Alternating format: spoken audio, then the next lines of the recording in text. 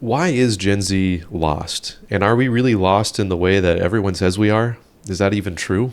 Um, I don't think we are, right? And we're going to kind of dive in here and take a look and see what some other people are saying. I'm tired. Like, I'm not sleepy tired, but I'm tired because I feel like I'm running a race I never signed up for.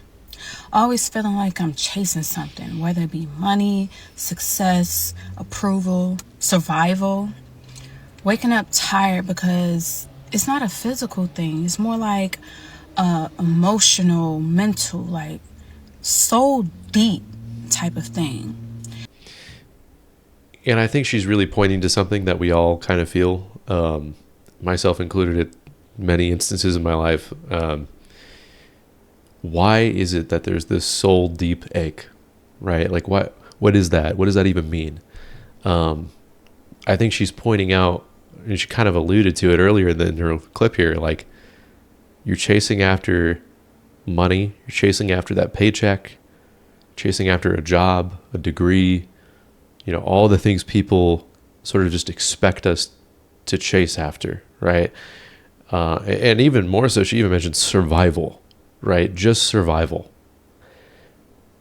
And I'm almost not surprised, right, that so many of us are lost, because how would you not be lost if that's all you're chasing after, right? If all you're chasing after is survival, yeah, you would feel everything negative. I could imagine you would think everything sucks, if that's the bare minimum, right? That's all you have to look forward to. Well, I'm just going to survive today. This is great. Can't wait to survive. Surviving's fun. I love surviving.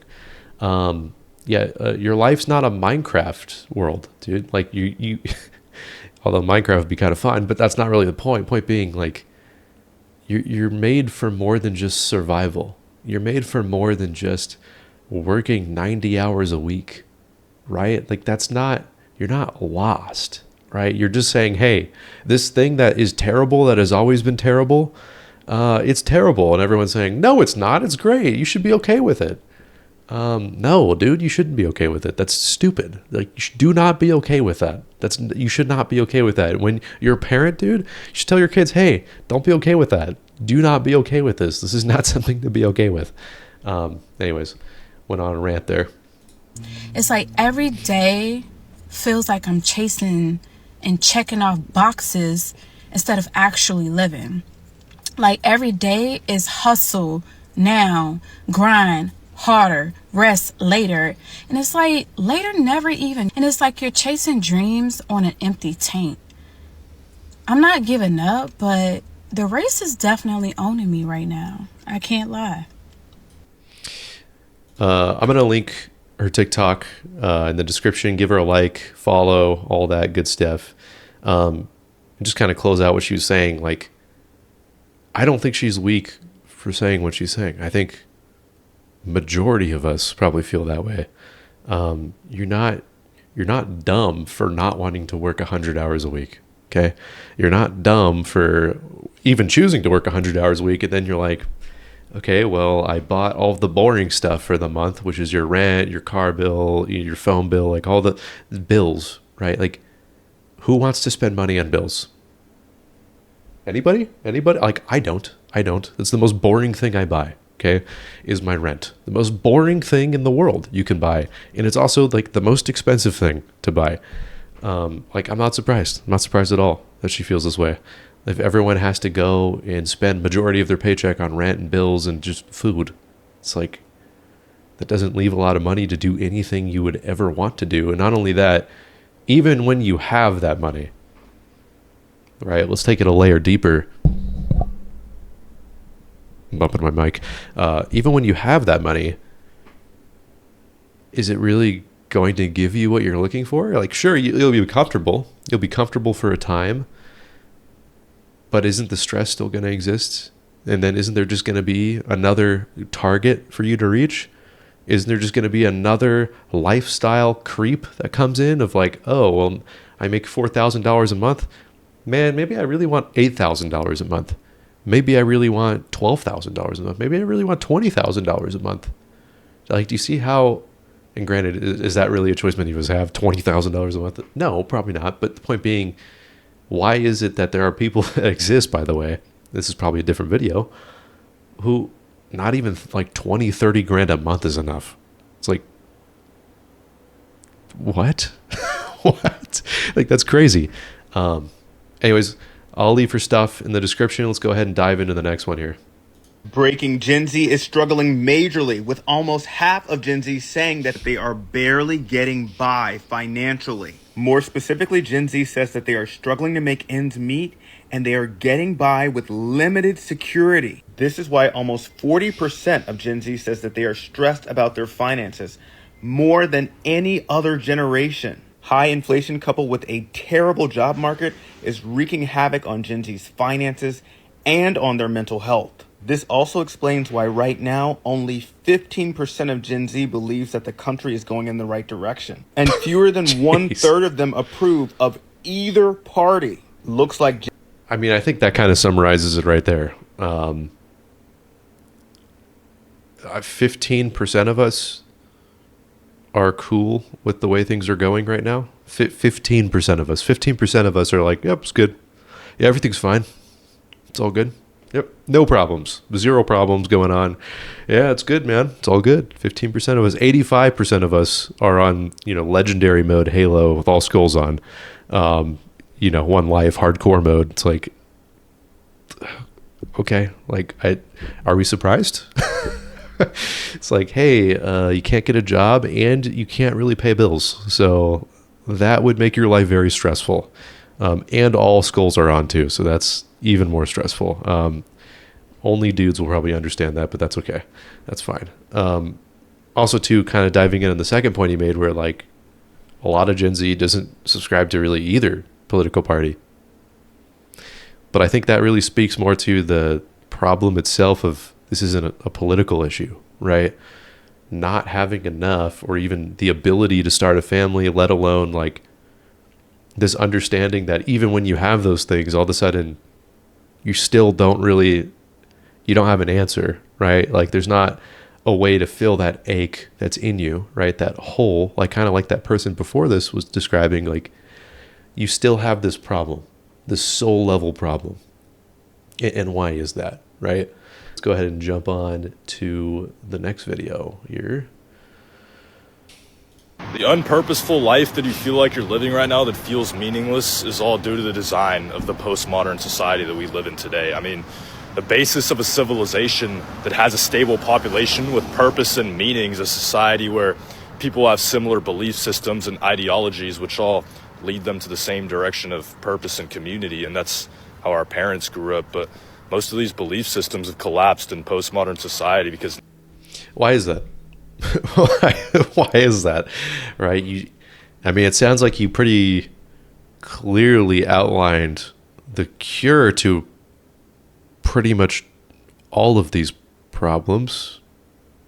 So why, and you even say yourself, like, again, nothing against this guy, by the way. It's just saying like, okay, there's this big problem. We have this problem. And this is what worked for thousands of years. Okay. Why can't we do that thing that's worked for thousands of years? Something to think about, I guess. I don't know.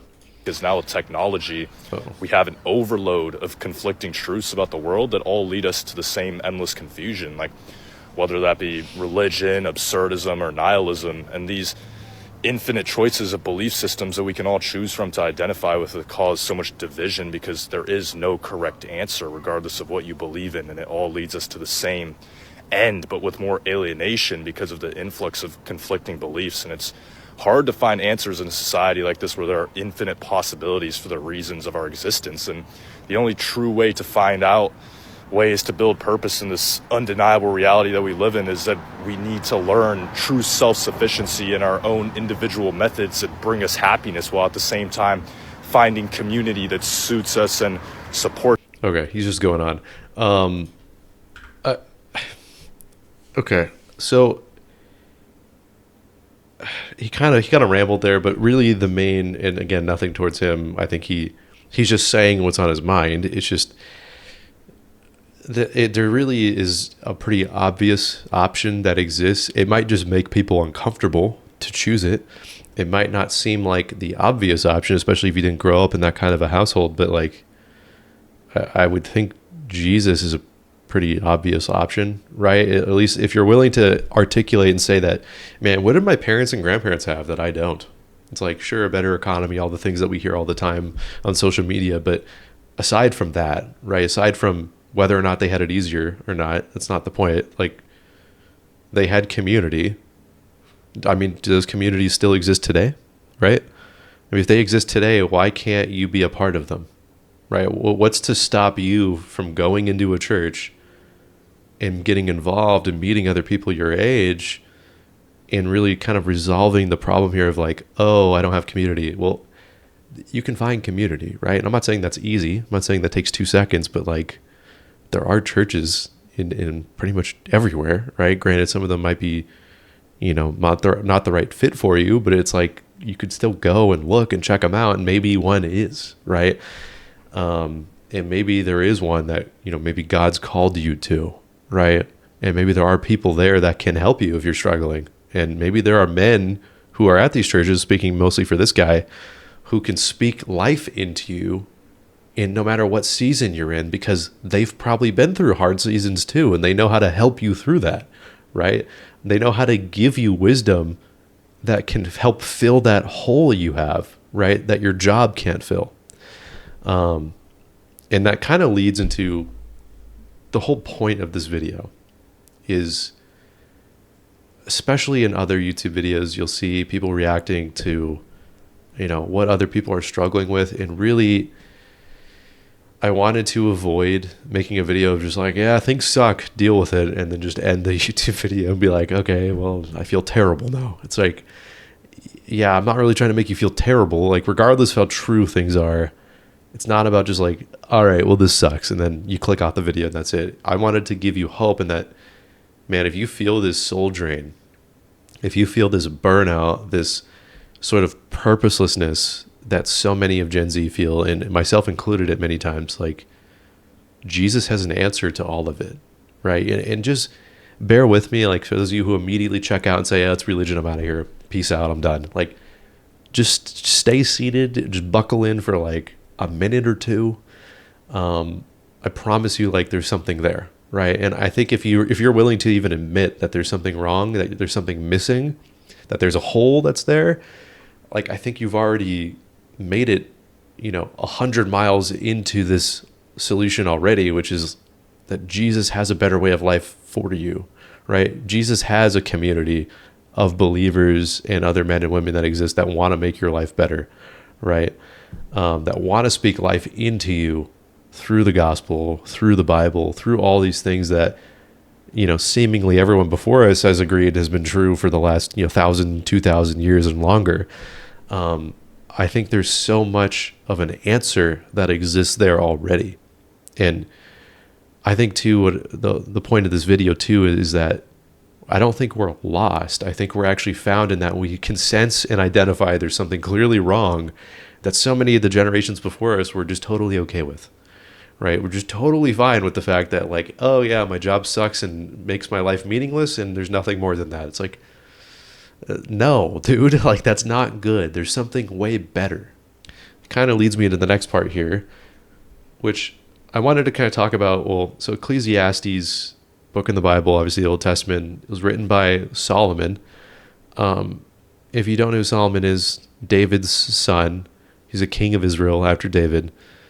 And he gained, everything by the world's standard. Like, he had all the money, he had all the status, like he had it all, right? He had all the relationships, he had everything that this world tries to paint as fulfilled, complete, powerful, unstoppable, like all these things where you look at his life and you're like, man, my life would be so great if I had that. Yet here he is saying in verse 10 and 11, I denied myself nothing my eyes desired.